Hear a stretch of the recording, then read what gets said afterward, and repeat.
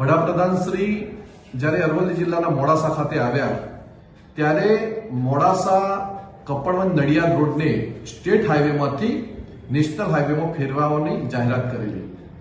આ જાહેરાતને 8 વર્ષનો સમયગાળો થવા છતાં આજે ગ્રાઉન્ડ લેવલે કોઈ પણ કામગીરી હાથ ધરાઈ નથી. આ રસ્તો ખૂબ સાંકડો છે, અકસ્માતો વારંવાર થયા કરે છે.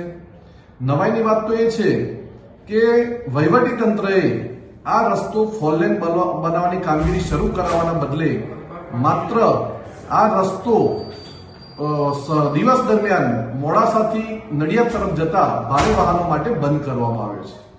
સાચા અર્થમાં જો વિકાસ કરવો હોય તો તાત્કાલિક ધોરણે આ રસ્તાને 4 માર્ગીય બનાવવાની જરૂરિયાત છે.